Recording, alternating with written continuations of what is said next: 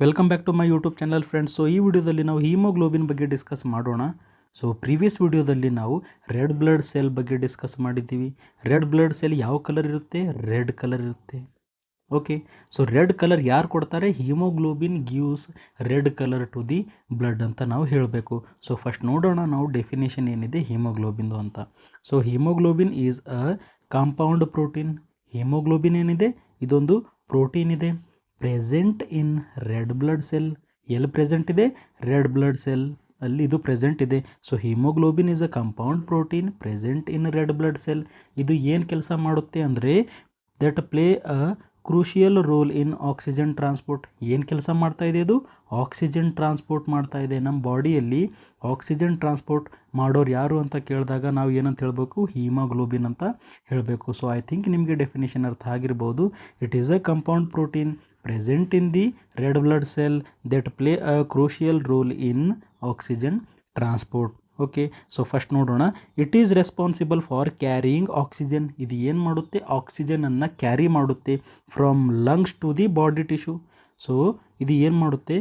ಲಂಗ್ಸಿಂದ body ಟಿಶ್ಯೂಗಳಿಗೆ oxygen carry ಮಾಡುತ್ತೆ and body ಟಿಶ್ಯೂಯಿಂದ ಲಂಗ್ಸ್ ತನ್ನ ಕಾರ್ಬನ್ ಡೈಆಕ್ಸೈಡ್ ಕ್ಯಾರಿ ಮಾಡುತ್ತೆ. ಓಕೆ, ಸೊ ಏನು ಅಂತ ಹೇಳ್ಬೋದು ನಾವು? ಆಕ್ಸಿಜನ್ ಲಂಗ್ಸಿಂದ ಟಿಶ್ಯೂಗೆ ತಗೊಂಡು ಹೋಗುತ್ತೆ ಆ್ಯಂಡ್ ಕಾರ್ಬನ್ ಡೈಆಕ್ಸೈಡ್ ಟಿಶ್ಯೂಯಿಂದ ಲಂಗ್ಸಿಗೆ ತಗೊಂಡು ಹೋಗುತ್ತೆ for exhalation. Okay, so I think ನಿಮ್ಗೆ ಅರ್ಥ ಆಗಿರ್ಬೋದು. ನೆಕ್ಸ್ಟ್ ನೋಡೋಣ ನಾವು ಸ್ಟ್ರಕ್ಚರ್ ಆಫ್ ಹಿಮೋಗ್ಲೋಬಿನ್. ಹಿಮೋಗ್ಲೋಬಿನ್ ಒಳಗಡೆ ಸ್ಟ್ರಕ್ಚರ್ ನಾವು ಏನು ನೋಡ್ಬೋದು ಅಂತ. So haemoglobin is composed of haem plus globin. Okay, so ಇಲ್ಲಿ ಹಿಮೋಗ್ಲೋಬಿನ್ಗೆ ನಾವು ಏನಂತ ಬ್ರೇಕ್ ಮಾಡ್ಬೋದು? Haem plus globin. Haemoglobin is composed of haem and globin. So first ನಾವು ನೋಡೋಣ ಗ್ಲೋಬಿನ್. ಓಕೆ, ಸೊ ಗ್ಲೋಬಿನ್ ಏನಿದೆ? It is a protein part.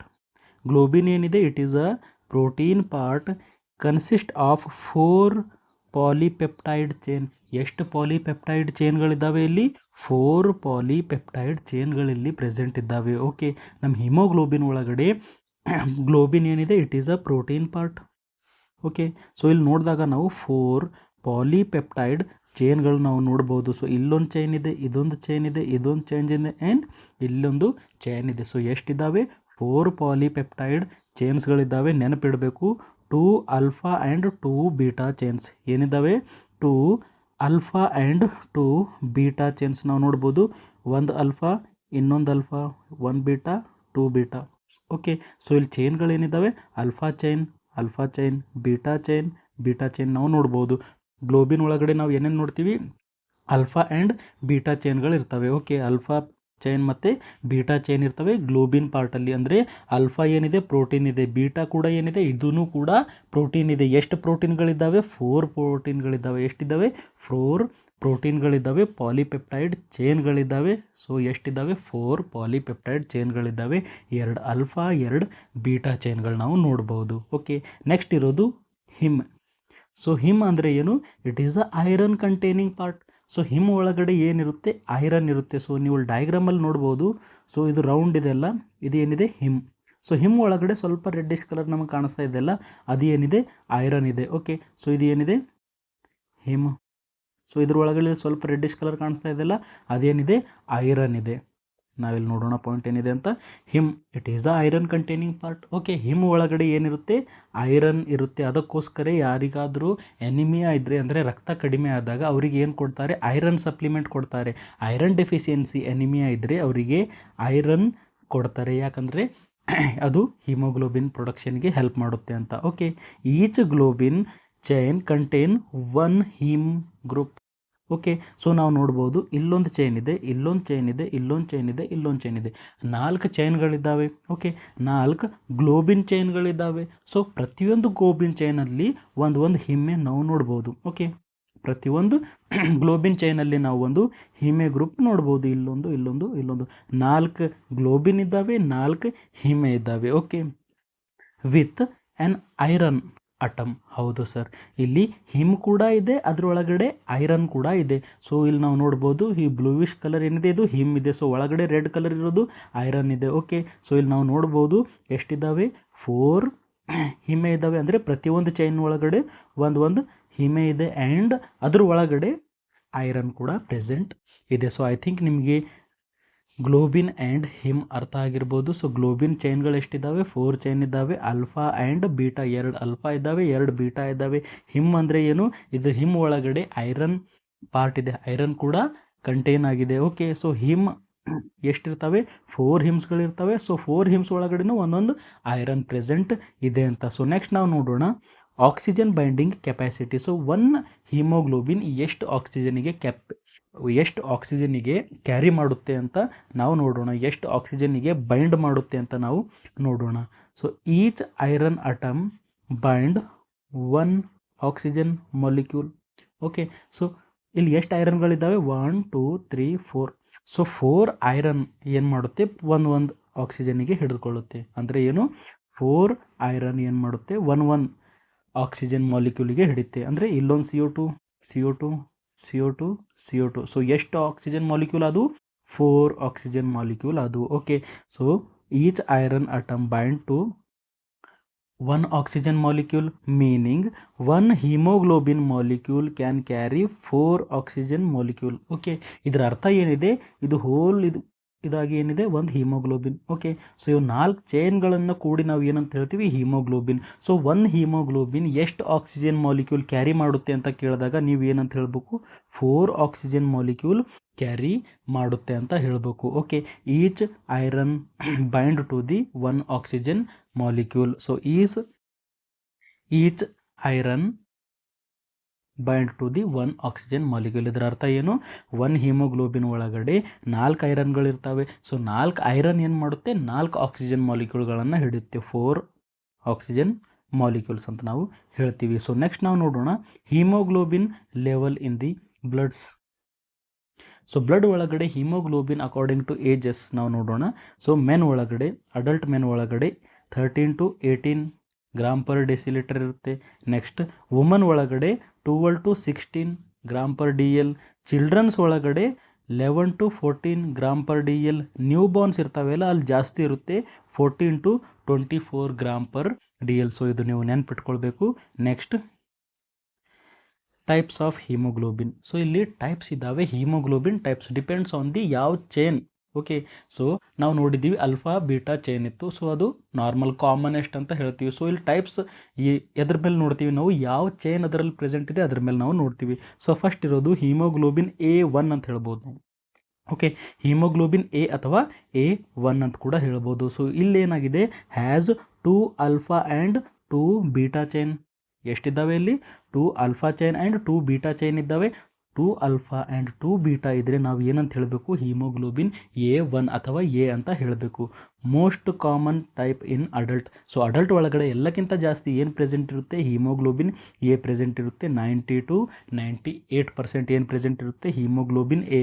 Haemoglobin A ಅಂತ ನಮ್ಗೆ ಹೆಂಗೆ ಗೊತ್ತಾಗುತ್ತೆ, ಅಲ್ಲಿ ಚೈನ್ಗಳು ಏನಿದ್ದಾವೆ, ಅಲ್ಫಾ ಚೈನ್ 2 ಇದ್ದಾವೆ, ಬೀಟಾ ಚೈನ್ 2 ಇದ್ದಾವೆ. ಅದಕ್ಕೋಸ್ಕರ ನಾವು ಹಿಮೋಗ್ಲೋಬಿನ್ A ಅಂತ ಹೇಳ್ತೀವಿ, ಅಥವಾ A1 ಅಂತ ಕೂಡ ಹೇಳ್ಬೋದು, A1 ಅಂತ ಕೂಡ ನೀವು ಹೇಳ್ಬೋದು. ಸೊ ನೆಕ್ಸ್ಟ್ ಇರೋದು ಹಿಮೋಗ್ಲೋಬಿನ್ A2. A1 ಆಗಿದ್ಮೇಲೆ ಏನಿದೆ, ಹಿಮೋಗ್ಲೋಬಿನ್ A2. ಸೊ A2 ಇದ್ರೊಳಗಡೆ ಏನಾಗುತ್ತೆ, ಹಿಮೋಗ್ಲೋಬಿನ್ A2 ಒಳಗಡೆ ಏನು ಚೇಂಜಸ್ ಇದೆ ಅಂತ ಕೇಳಿದಾಗ, contain 2 alpha and 2 delta chains. Okay, so ಮೇಲ್ಗಡೆ ಕೂಡ ಆಲ್ಫಾ ಇತ್ತು, ಬಟ್ ಮೇಲ್ಗಡೆ ಬೀಟಾ ಇತ್ತು, ಕೆಳಗಡೆ ಡೆಲ್ಟಾ ಆಗಿದೆ. ಓಕೆ, ಸೊ ಡೆಲ್ಟಾ ಚೈನ್ ಬಂದರೆ ನಾವು ಏನಂತ ಹೇಳಬೇಕು, ಹಿಮೋಗ್ಲೋಬಿನ್ A2 ಅಂತ ಹೇಳಬೇಕು. ಹಿಮೋಗ್ಲೋಬಿನ್ A1 ಒಳಗಡೆ ಆಲ್ಫಾ ಆ್ಯಂಡ್ ಬೀಟಾ ಇತ್ತು, ಬಟ್ ಹಿಮೋಗ್ಲೋಬಿನ್ A2 ಒಳಗಡೆ ಏನಿದೆ, ಎರಡು ಆಲ್ಫಾ ಚೈನ್ ಇದ್ದಾವೆ ಆ್ಯಂಡ್ 2 ಡೆಲ್ಟಾ ಚೈನ್ ಇದ್ದಾವೆ. 2 ಆಲ್ಫಾ ಚೈನ್ ಇದ್ದಾವೆ, 2 ಡೆಲ್ಟಾ ಚೈನ್ ಇದ್ದಾವೆ. ಅದಕ್ಕೋಸ್ಕರ ನಾವು ಇದನ್ನು ಏನಂತ ಹೇಳ್ತೀವಿ, ಹಿಮೋಗ್ಲೋಬಿನ್ A2 ಅಂತ ಹೇಳ್ತೀವಿ.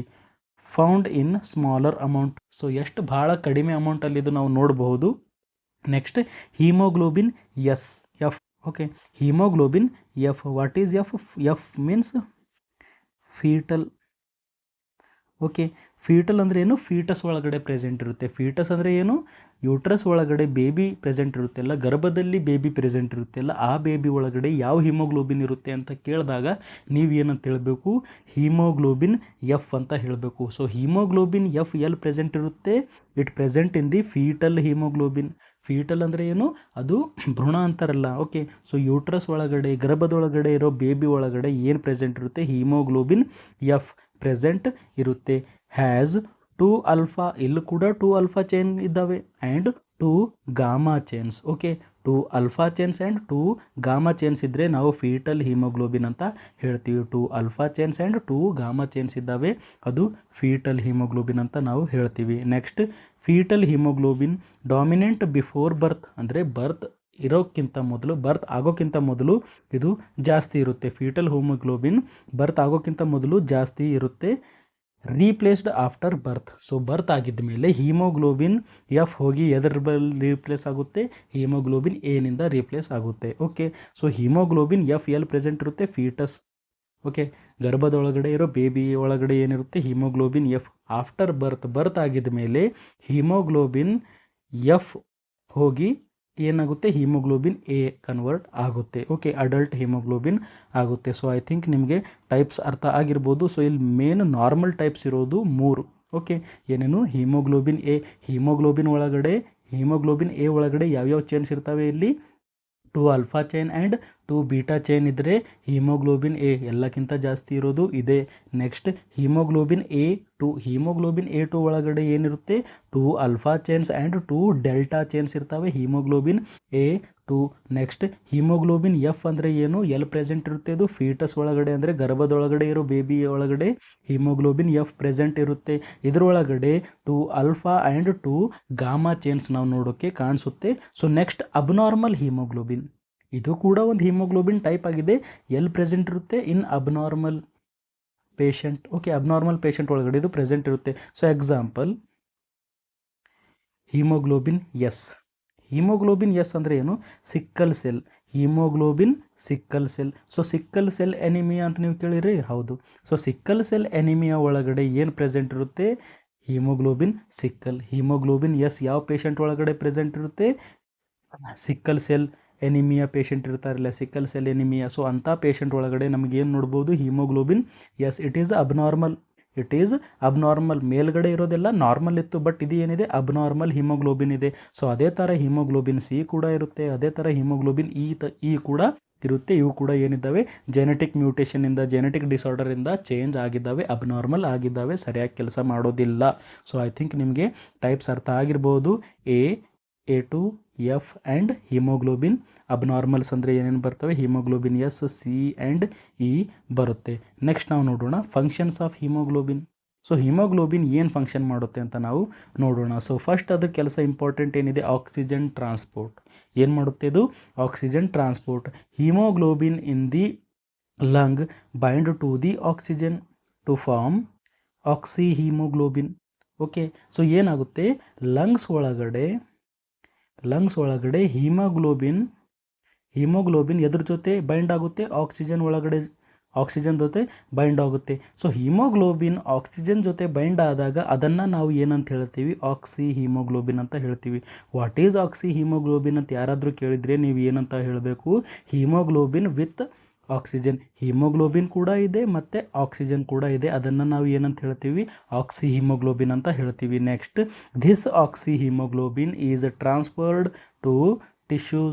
Transported to tissue where it is released for cellular respiration. Okay, so lungs ಒಳಗಡೆ ಆಕ್ಸಿಜನ್ ಜೊತೆ ಬೈಂಡ್ ಆಗುತ್ತೆ ಆ್ಯಂಡ್ ಟಿಶ್ಯೂ ಒಳಗಡೆ ಟ್ರಾನ್ಸ್ಪೋರ್ಟ್ ಆಗುತ್ತೆ. ಟಿಶ್ಯೂ ಒಳಗಡೆ ಹೋದಾಗ ಅದು ಆಕ್ಸಿಜನನ್ನು ಬಿಟ್ಟುಬಿಡುತ್ತೆ.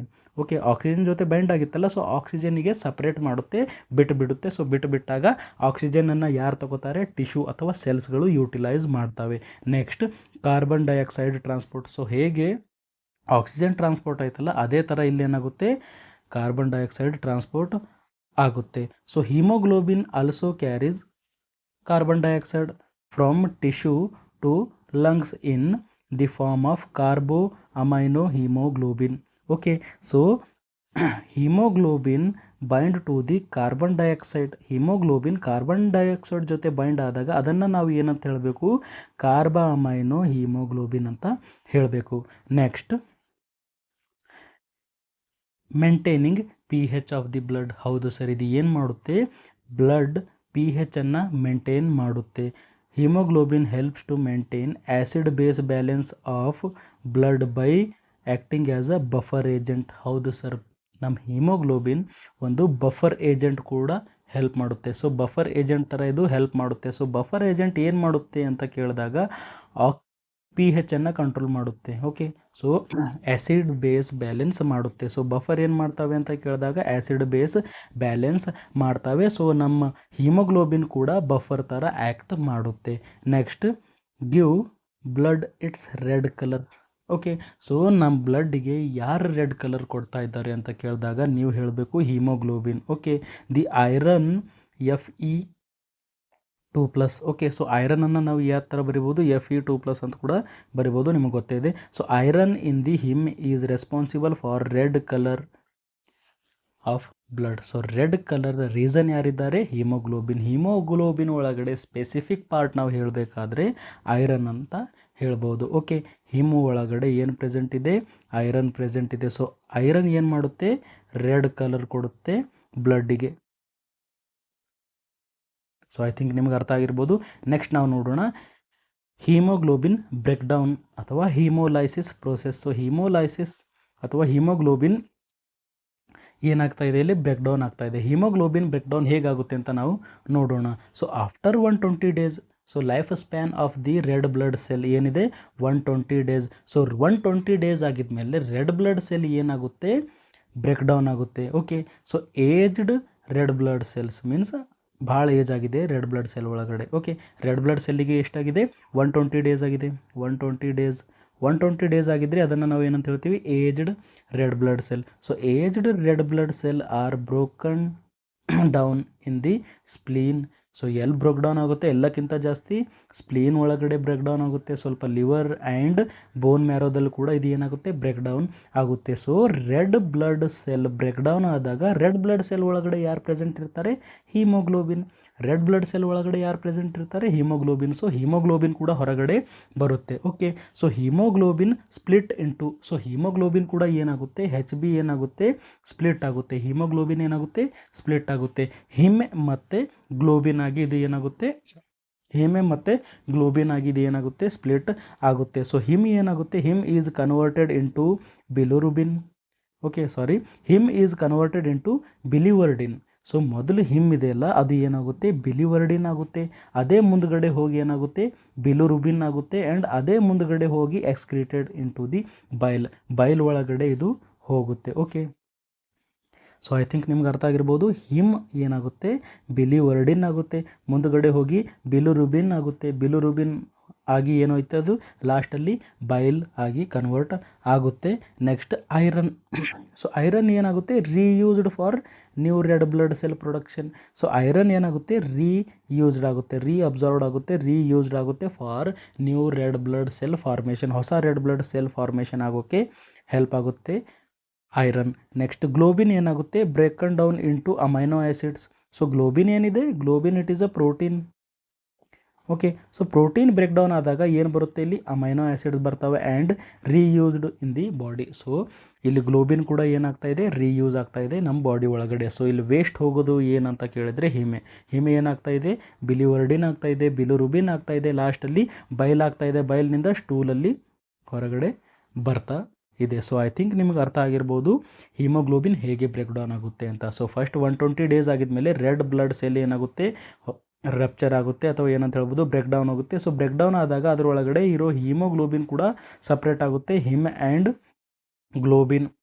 ಓಕೆ, ಸೊ ಹಿಮೋಗ್ಲೋಬಿನ್ ಹಿಮ್ ಏನಾಗುತ್ತೆ, ಬಿಲಿವರ್ಡಿನ್ ಆಗುತ್ತೆ, ಬಿಲಿರುಬಿನ್ ಆಗುತ್ತೆ, ಲಾಸ್ಟಿಗೆ ಬೈಲ್ ಆಗುತ್ತೆ. ಪ್ಲಸ್ ಐರನ್ ಏನಾಗುತ್ತೆ, iron is reused for new red blood cell production. ಮತ್ತು ಗ್ಲೋಬಿನ್. ಓಕೆ, ಸೊ ಗ್ಲೋಬಿನ್ ಏನಾಗುತ್ತೆ, ಅಮೈನೋ ಆ್ಯಸಿಡ್ ಆಗಿ ಕನ್ವರ್ಟ್ ಆಗುತ್ತೆ and reused by the body. So amino ಆ್ಯಸಿಡ್ಸನ್ನು ನಮ್ಮ ಬಾಡಿ ರೀಯೂಸ್ ಮಾಡ್ಕೊಳ್ಳುತ್ತೆ. ಸೊ ಐ ಥಿಂಕ್ ನಿಮಗೆ ಈ ವಿಡಿಯೋ ಅರ್ಥ ಆಗಿರ್ಬೋದು. ಸೊ ನಿಮಗೆ ಈ ವಿಡಿಯೋ ಅರ್ಥ ಆಗಿದ್ದರೆ ಲೈಕ್ ಮಾಡಿ, ಶೇರ್ ಮಾಡಿ, ಸಬ್ಸ್ಕ್ರೈಬ್ ಮಾಡಿ. Thank you.